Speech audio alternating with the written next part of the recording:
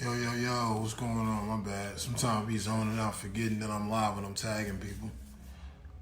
If y'all hear some loud ass music in the background, that's behind the studio.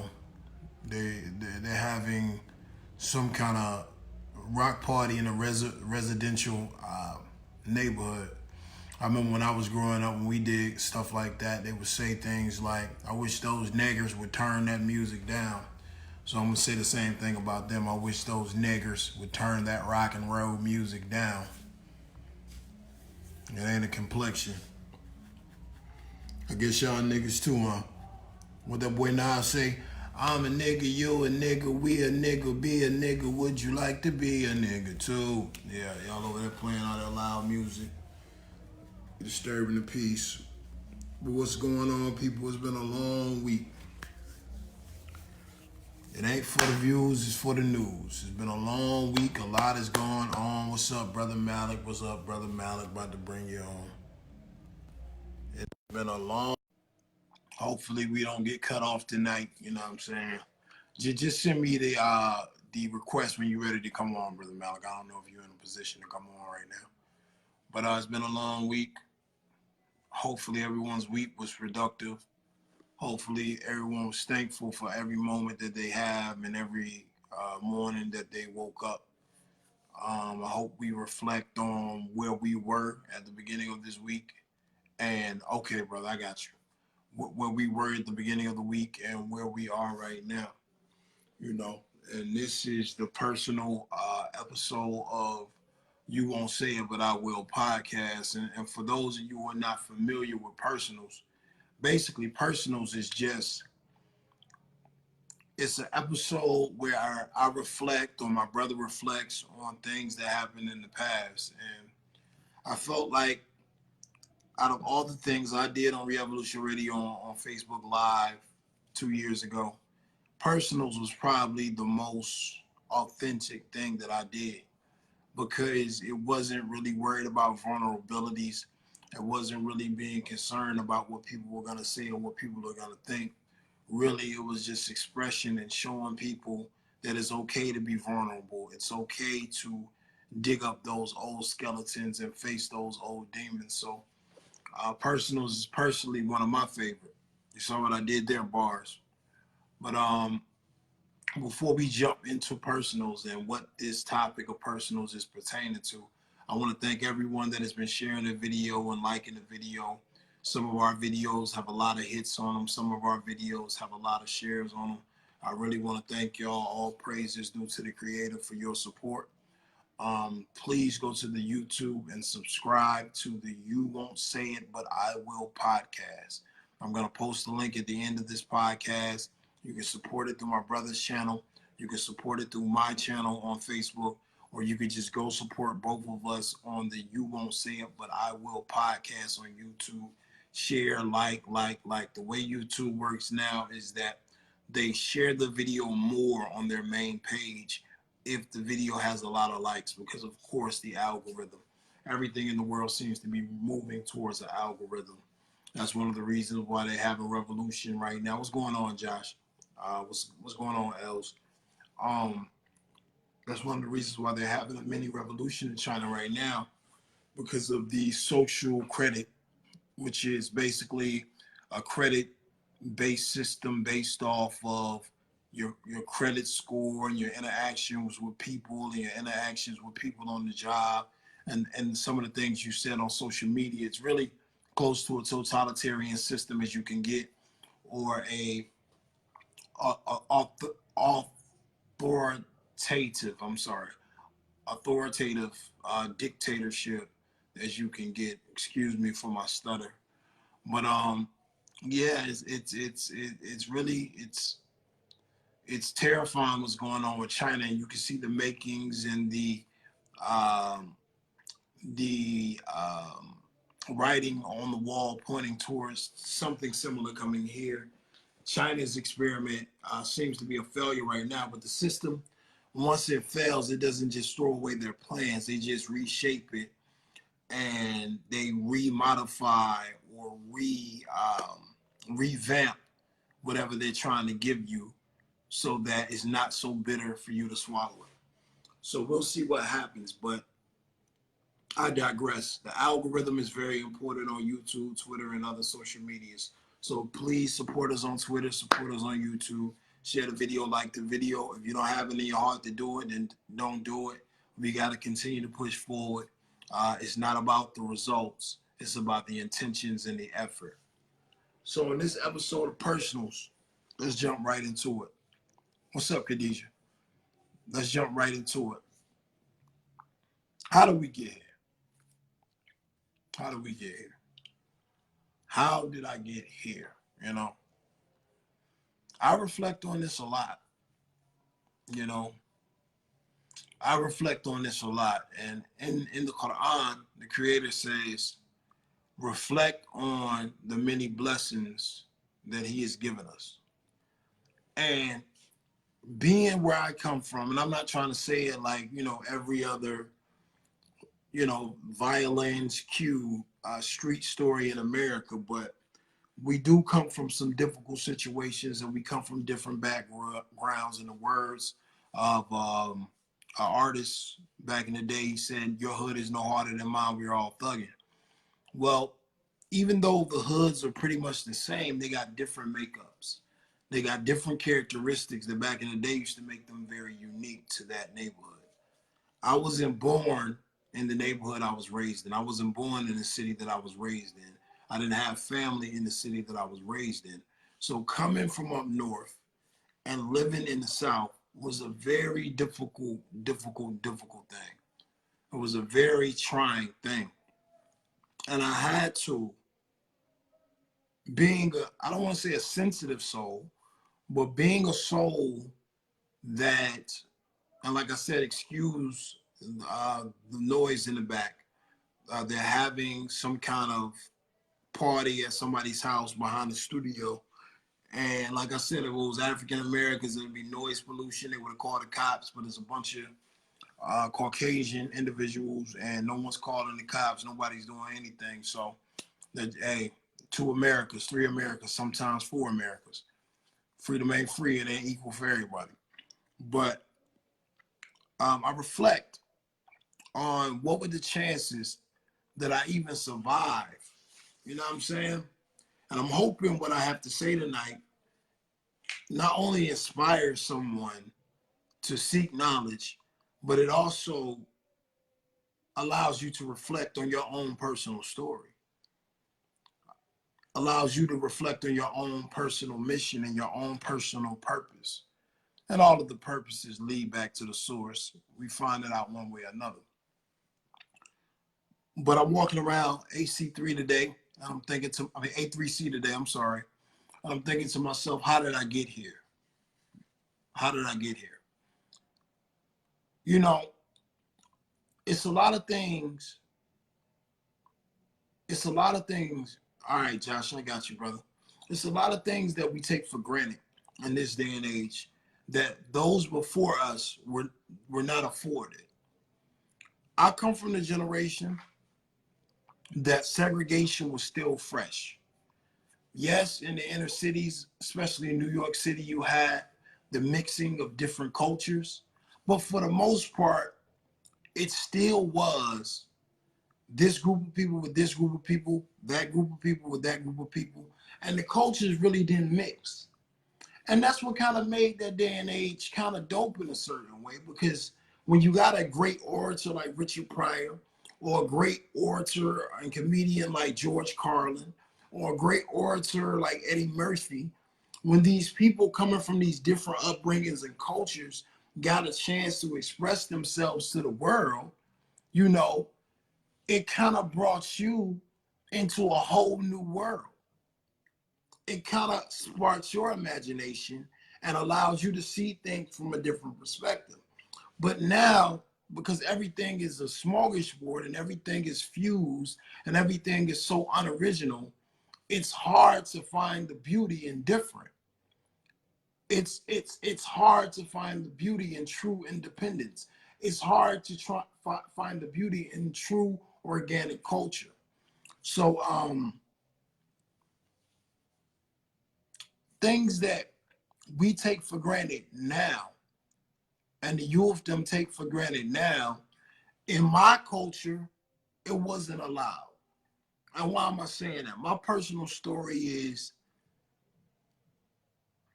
I don't want to say different because that's condescending. I just will say I wasn't really on the beating path of most people that I grew up around. I felt like when we moved, I was thrown into a concrete jungle. I had been taken away from one thing. I had been raised Muslim, and I was thrown into a concrete jungle. I remember the first day that we moved into our house in Selma. And I remember the house was right across the street from the hardest projects in Selma, Alabama, which is George Washington Carver Homes. Like literally right across the street. The only thing that separated my home from GWC was a playground. Well, I remember this the first day that I was in the city. You know what I'm saying? First day that I had ever, really been here. And I step outside of the house and I walk across the street and I see a young cat out there playing. He probably was 2 or 3 years older than me. But, I'm used to a situation where kids played on the playground. Like it wasn't no deeper than that. So I walk across the street to the playground, and this is just the innocence of life. I walk up to him and I'm like, hey, how you doing? And I try to shake his hand. And for no apparent reason, he snuffs me in my nose. As hard as possible, he cocks back and punches me in my nose. For no apparent reason. For no reason at all, just does it. But this was my introduction to invitation. Well, the punch was my invitation. The nosebleed was my introduction. And the aftermath was the reality of what the world was becoming and what I was going to have to adapt to survive. Now, this is important, man, because I know a lot of young brothers, a few young sisters, not as many young sisters, but I know a lot of young brothers that refuse to do what I did to adapt to survive. And a lot of people, when they do what they have to do to adapt to survive, they brag about it. They brag about the monster that they became in order to survive. And I'm no better than most. It was a point where I used to brag about becoming what I became in order to survive, bragged about becoming a monster in order to survive. But in my recent travels, in my recent prayers, in my recent meditations, in my recent understandings and coming to awareness, I know now that it was nothing to be proud of. Because the entire test is to remain the innocent, pure-hearted individual you were when you came in, when you check out. That's the whole secret of this thing. Not letting the circumstances change who you are as a person and what your character is. But I don't want to give away the end too early. So quickly, like I said, I adapted to survive. Next thing you know, I'm fighting. Next thing you know, I'm using words that I didn't use back before I moved to Selma. Next thing you know, I'm doing things that normally I wouldn't do. But like I said, I come from a culture, and we come from a culture, especially in this time period that I grew up in the 90s. It was a situation where if you were different, it wasn't like y'all be talking about internet bullying and somebody pressuring you to kill yourself. It wasn't like that. It was if you were different, when nobody had to pressure you to kill yourself, they would kill you.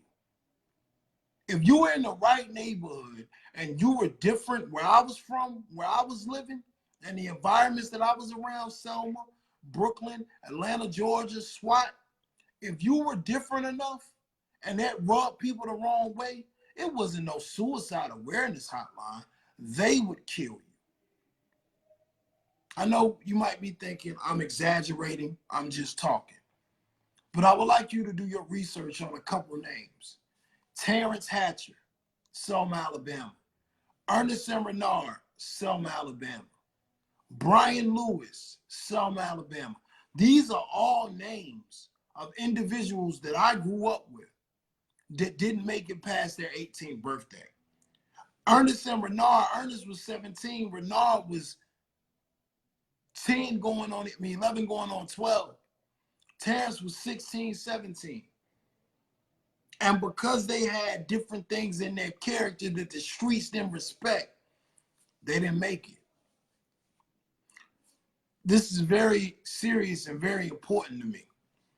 I have individuals that I grew up with, different cities around the world. One's from New York City. I'm not going to say the brother's name, but because he was unwilling to change who he was and to compromise his character and the things that he likes. The last time I saw him, he had been bullied and picked on so much, he was in a mental institution. This isn't a joke. This isn't a game. He had a nervous breakdown. He has not been right since.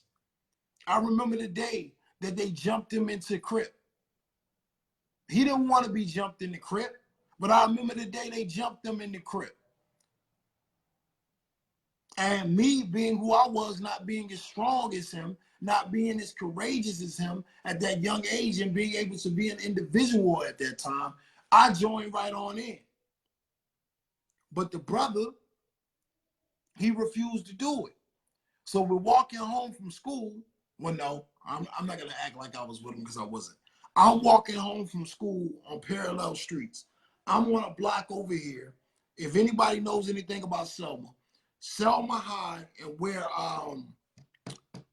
Concordia College was, where they expanded before it closed down. I think it was Selma University back in the day. It was in the middle. So I'm on one side. I want to say that was Franklin. He was on Broad. While I'm walking home on Franklin, he's on Broad. They say at least 7 or 8 guys jumped on him. And he had so much courage and he was such hell that he was getting the best of them. But eventually they got to him. Eventually they broke him down. And that was just a metaphor for what would happen later on in life. Because he was so different. He spoke different. He was from New York by way of Alaska. He had moved to Selma because his parents had died. His father had disappeared and passed away, and his mother was in the military. But once she was about to get out the military, she passed away when he was a young man. So he came down south to live with his uncle and aunt, and he was living in a very difficult situation. So what he did for the most part was stay at home and play video games. Stay at home and read Magna before it became cool. Watch Dragon Ball GT, not the dub version, the original version used to come on MTV with Ghost in the Shell. And that was very taboo back in the day. Like, I know it's cool now. I know it's the thing. I know it's the hipster thing. And everybody watches anime and everybody reads Magna and everybody loves all of these animes and cartoons and it's pop culture. But when we were growing up, if you were African American in the hardest hoods, if you watch shit like that, you was lame. You were lame. And it wasn't, oh, I'm just gonna be individual. Oh, I'm cyberbully. Ain't nobody care about no cyberbully. Ain't nobody care about you committing suicide. If they catch you, they gonna stretch you. That's what it was. If they catch you, they gonna stretch you. You know, one of the things I always reflect on growing up, like I really used to want to skateboard when I was growing up. Like I thought it was dope. I thought Tony Hawk was dope. I thought the entire culture was dope. I remember coming through the hood with my Ninja Turtle skateboard that I got from Walmart. And I got Jones so bad for skateboarding that I never wanted to skateboard again. Because once again, I come from the environment of survive and adapt or be different and die. The brothers that I named are dead, and they've been dead. Every name that I named, and they were young. They have been dead for over 10 years. Some of them been dead for over 15 years, and they never lived past their 11th birthday. It's really sad. It's really sad.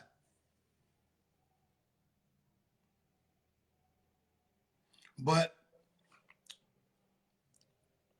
you know, another reality check happened twice. Same type of situation. One time I'm in New York, cat get killed for sneakers.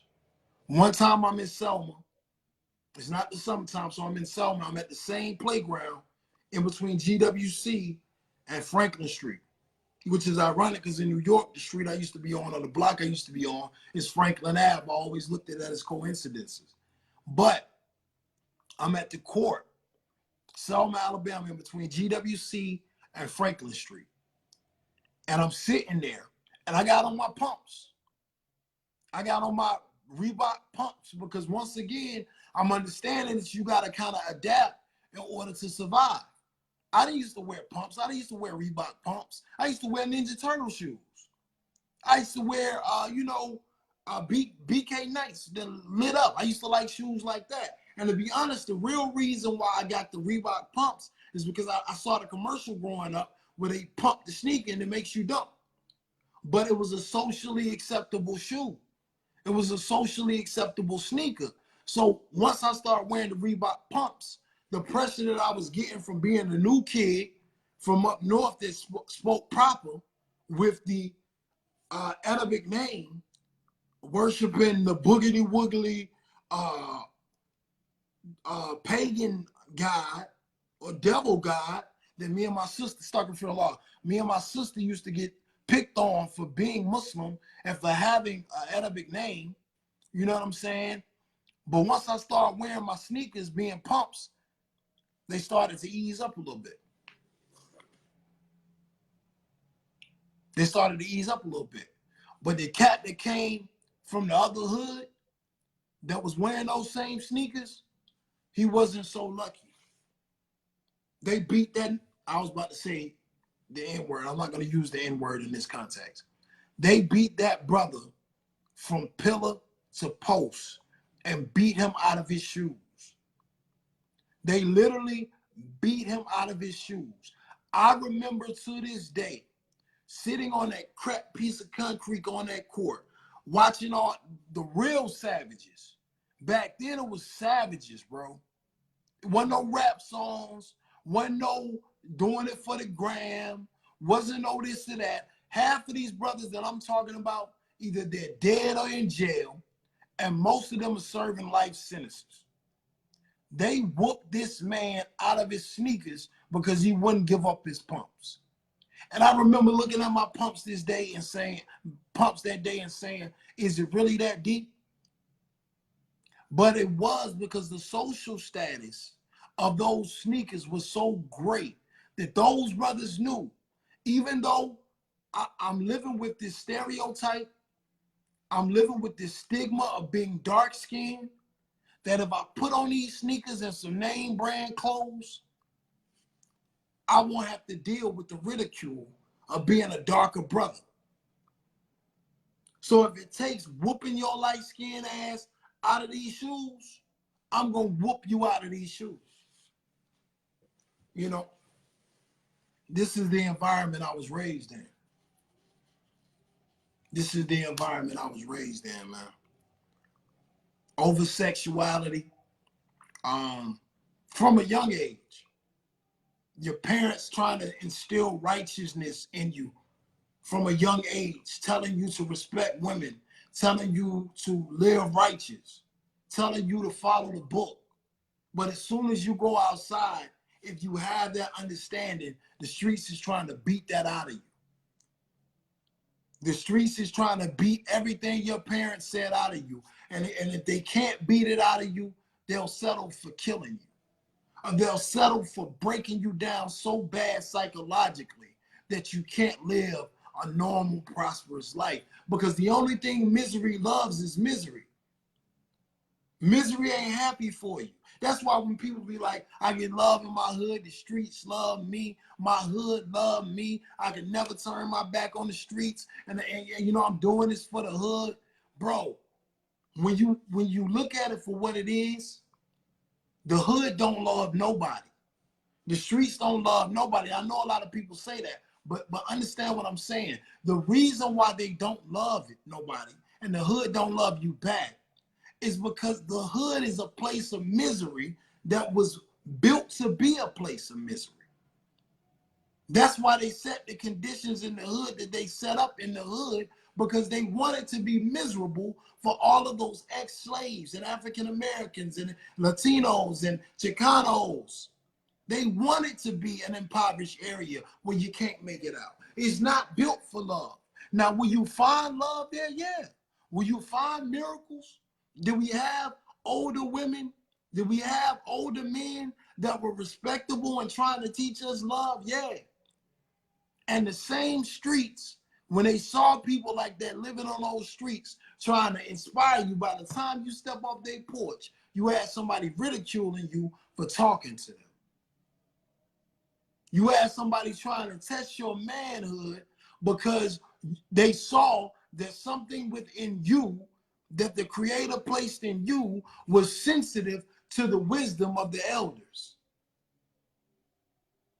And I really hope ain't nobody outside this goddamn studio, because I hate to have to do a motherfucker tonight.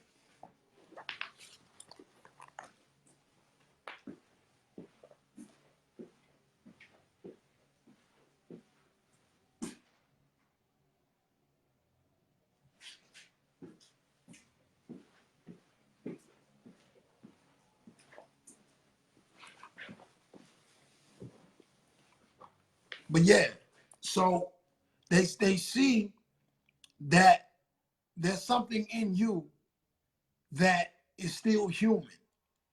And their mission is to strip that down and to make you like they are, which is broken, tired, angry, and wanting to hurt from being hurt. Oversexed at a young age. Oversexed at a young age.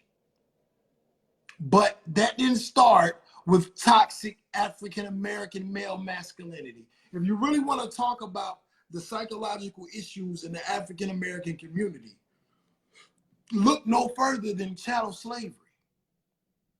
Don't look at R. Kelly. Don't look at Bill Cosby. Don't look at these victims of the American social order and the American sexual propaganda machine. Look at your ancestors that were snatched off the west banks of Africa, or snatched out of the Native American tribes that are integrated with the Olmec tribe and integrated with the Mandinkas that made it across those waters, and were raped, men and women, in front of offsprings for generation and generations. That's where the oversexing of our people comes from. That's where the loose mentality comes from. It didn't start with R. Kelly and 12 Play. It didn't start with R. Kelly and Aaliyah. R. Kelly is living the learned behavior of the American social order, being brought up in a city like Chicago, full of pimps and hoes. Because when you've lived in generations where you're a husband and your wife is literally being raped right next to you, being raped right next to you by a slave master that looks nothing like you, and you can't do anything about it, it creates a perversion. It creates a psychological perversion in your mind that's passed down from generation to generation. Do y'all know that less than 3% of the African males in slavery were allowed to have sex and breed? And I hate to use that word, but that's what they called it, breed. They would let the bulls, the strongest men, and this is what they called them, the strongest men on the plantation were allowed to breed. The other men, a lot of times, were either castrated or forbade from breeding. forbade from having sex. So what that is going to do is create a group of people who have never had sex in their life. Young male individuals who are working as beasts of burden, laboring for someone else their entire life. No independence, but they're having the same sexual temptations that any teenage male would have, but they're not allowed to express those desires in any way. So of course, unnatural things are going to happen when you raise a person in unnatural circumstances. So now you're going to turn to, instead of you being able to have sex, when Massa comes in the room and he's raping this woman, your only idea, your only stimulation, your only understanding of sex is to watch. What did y'all think the rest of the slaves were doing when Massa came in there and was raping our ancestors? You thought they turned away? This isn't a movie. This isn't a movie. So all of this is being downloaded and processed and programmed into the rest of the slaves. And the poor male and the poor woman that is dealing with the rape and the male that has to sit there and be subjugated to it or die, his manhood is stolen, and her respect from her man, even if she won't say it, is already forfeited because he can't do anything to protect her. That's where it started. That's where the over-sexualization started in our community. Started with slavery. To the point where sisters started to believe that the way to social status and success in this country was to have sex with a white man, and brothers started to believe that the way to get back at a white man and the way to get back at slavery is to have sex with a white woman or pimp a white woman out. But because of segregation, those options weren't always on the table. So the same hatred that you show for one group of people, you'll start showing it to each other. You don't have any respect from slavery for your woman because you never knew what respect was. She doesn't have any respect for you because you never could protect her. So the black household has always been ruined. The black household has always been messed up. And that's why in the 90s, we were running around as children talking about big booty hoes hot with it. Talking about fingering a girl 6 and 7 years old. Groups of us standing around watching while one of the homies smashed out. Already perverted and ruined. Moral calculator flipped upside down. Now, a lot of us came from big mamas and grandmamas and grandfathers that try to instill morality into us. But when you're getting everything else in the outside environment, what it creates is schizophrenia. What it creates is personality disorder. Because everything that your mother and father, your grandfather, your grandmother is telling you, or the lady at the church, or the brother at the mosque is telling you, it sounds so pure to the soul. But the only thing the eyes and the brain can process is that when it goes outside, it's unacceptable to be that way. So they came up with a name for it. If you were a person that was moral, if you were a person that tried to abstain from that kind of activity, you were branded as a lame. And like I said, where I'm from, being branded as a lame could be a death sentence. It could be a death sentence. Someone calling you a lame could be a death sentence. And I know y'all think I'm playing. What's going on, Brother Buki? I know y'all think I'm playing or exaggerating when I'm saying this. When I was growing up, being lame was a death sentence. It could be, unless your mother and father got you the hell out of town and moved you to a different area, being lame could equal up to you getting your ass whooped, to you getting shot. It was all bad outcomes. Like I hear a lot from the LBGTQ, I don't know what to call them. I ain't gonna call them a community or a movement. The LBGTQ, I hear a lot how, oh, well, growing up homosexual, you know, we were ridiculed and we would be murdered. Man, look, I know more niggas that died from being lame than from being gay. I'm not gonna sit here and act like it was just cool to come out like you was gay back in the day, because it wasn't. But I'm telling you from what I know more niggas that die from being lame or green than being gay. That is an absolute fact. It's more people that I know that are psychologically broken because they were just different. I ain't talking about sexuality or sexual preference. They were just different. You know, I see a lot of youth them walk around with certain clothes on. I see them walk around with Vans, and I see them walk around with certain outfits. And I say to myself, this society is so sick because back then they told us that wearing stuff like that was lame. And the same kids wouldn't be caught dead in that 15 years ago. But the powers that be flipped the switch and said, we want this to make money, and we want this to be the style of the new generation. And that's all it takes. To the point where you see the older generation, that some of them are guilty for bullying those same people that might be in the ground right now. Those same people that might be mentally incapable of formulating a sentence or a thought because they've been driven crazy. Those same people are wearing the same clothes that they ridiculed somebody else for wearing. I know a lot of rappers that I see on Instagram, 90s rappers that would talk bad about people for dressing a certain way. And you go on that page right now, and because the powers that be flipped opposite day, flipped the switch, and told them it was cool to wear it, they're wearing it. Share the video, like the video. Hopefully this will save someone's life. Inshallah ta'ala. So for the sake of time, I'm going to try to speed up a little bit.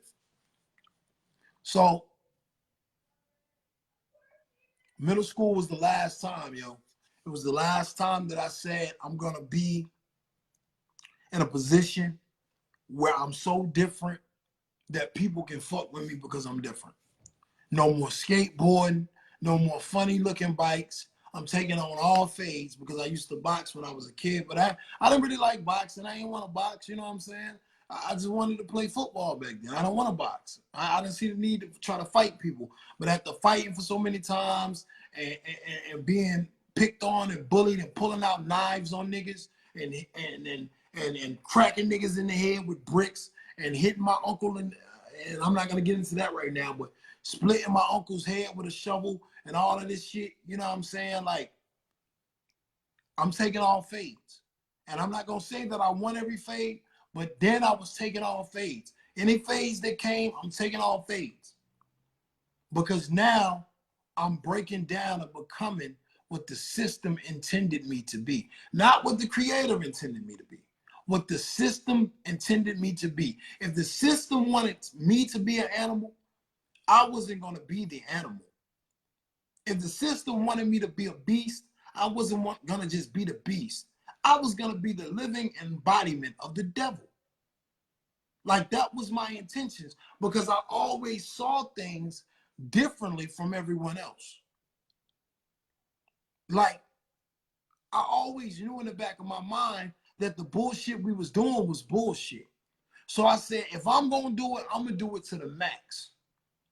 I'm going to do it to the max, because I'm not going to be anyone's sucker. So I started to get hip to the game.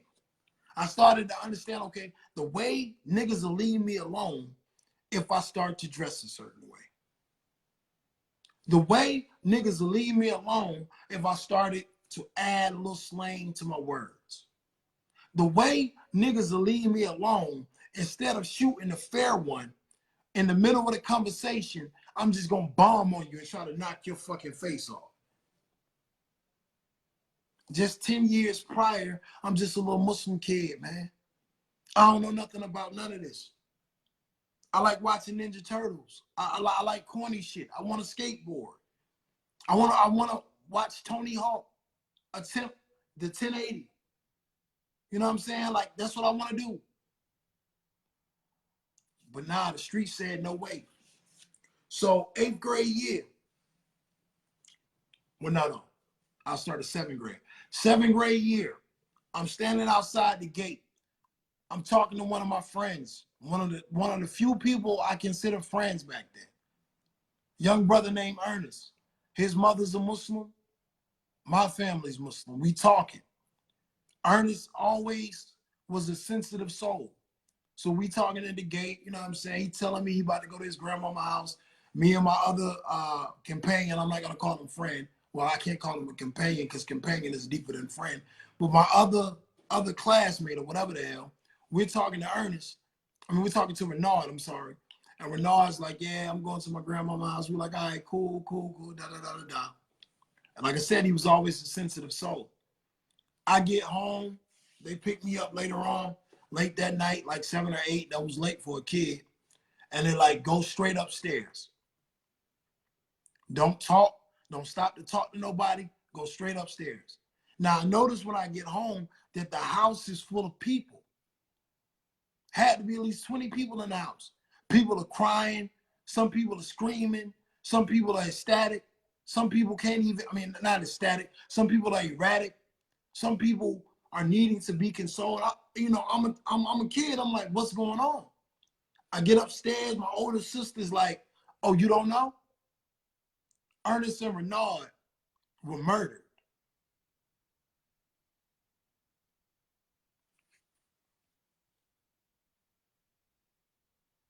Ernest and Renard were murdered.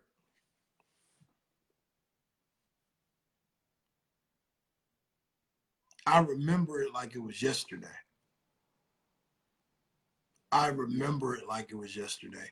Maybe I'm a nut job, maybe I'm crazy, but I never was one of those children that you had to explain what death was. Going all the way to a young age, maybe 2 or 3, you didn't have to explain to me what death was. And I have my reasons for saying that, but they're personal, so I'm gonna leave it alone. But I remember my sister describing what my mother said happened to Ernest and Renard. And my sister heard it in passing. She said when they found them, Renard was in his grandmother's room, and he had his head in the position that the Muslims offer Salah. This was an 11-year-old boy, maybe 12-year-old boy. His head was in a position called Ruku, and he was praying because he was scared. And those people, man, la hawla wa quwwata illa billah. Those people came in and they shot Ernest in the back while he was in that position, and they gutted him from his stomach to his chin. 11-year-old boy. His brother was the one that answered the door. His brother was the reason why they came to kill them. His brother answered the door. As soon as he answered the door, they shot him with a double-barrel shotgun. And it was all over the fact that Ernest was light-skinned. This is true. Ernest was light-skinned. He was new to the town. He was getting all the girls. And some of the niggas that set him up to join the gang, they didn't like the fact that he was getting all the girls. They told him to meet them at his house because they wanted to discuss some gang business. He leaves the basketball game early. Ernest is coming from the school where he had just saw me at. He's getting home. He gets home, puts his bag in the room. Ernest goes to the door. They hit Ernest with the double-barrel shotgun, kill him instantly. His brother's in there on the bed praying, asking for mercy, or whatever the brother was asking for. They shoot him, and they get a knife, and they cut that little boy from his stomach to his chin. All because they were different.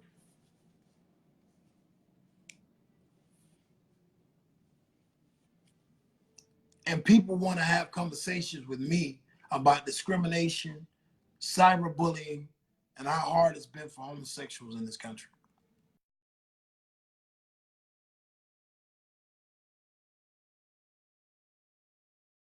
And how hard it's been for homosexuals in this country.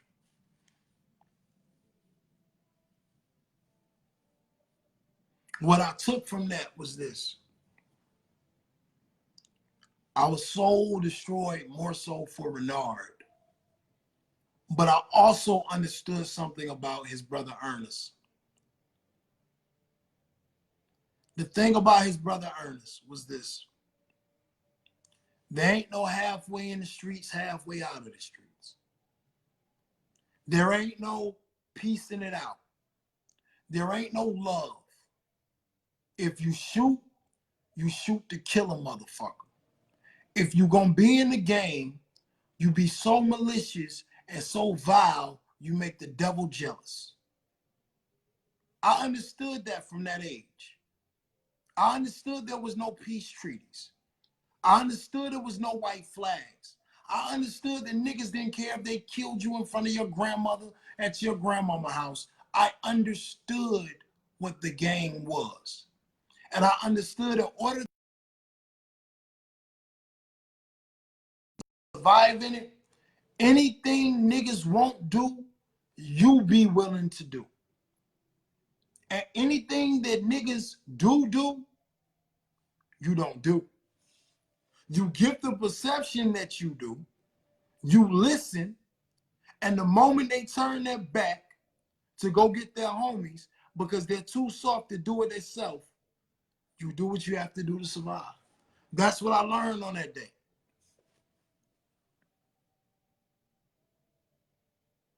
I've never gotten over Ernest and Renard. The sister, who was the mother of Ernest and Renard, had a nervous breakdown. The brother that she was married to, people in the town spread a rumor that he killed her. He killed her. The man was at work, but he was like me and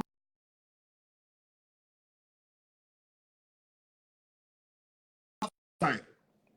So they blamed him. They blamed him for the murder of Ernest and Renard because they don't want to blame their own kinfolk.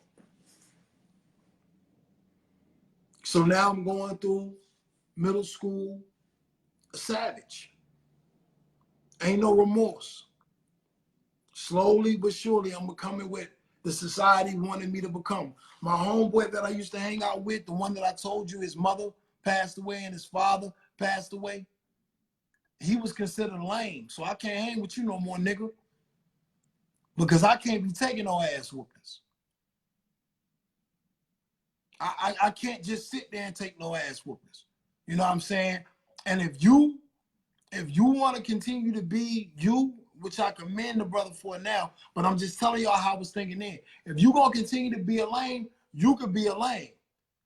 But unless you're willing to do what you got to do and get your hands dirty, then bro, I can't do nothing with you. You know, and that's one of the biggest regrets I have in my life. But I become a monster. I start to realize because of the slave master heritage in my blood, because of the Jewish Israeli, well not Israeli, the Jewish Polish heritage in my blood, and because my hair looks different, everything that I used to get picked on for when I was younger is becoming, and because of my hair. I'm playing into the psychological effects of supremacy. I'm using them to my advantage because I had knowledge of self. My father taught me all the things he needed to teach me about my people. But once again, I can't hear you, Pops, because I just got to survive right now.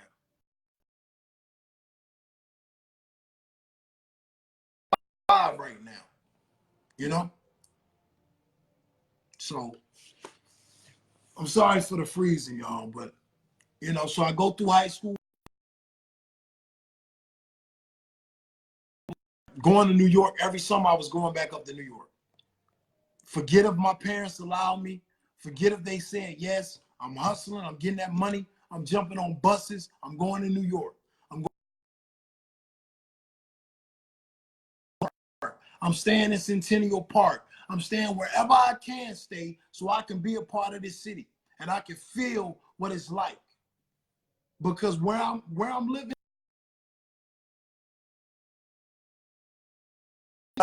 we have to conclude this at another time because they keep freezing on me. I promise I'm not gonna leave y'all hanging. You Won't Say It But I Will podcast, personals part 2 of this, because this is important. It's coming.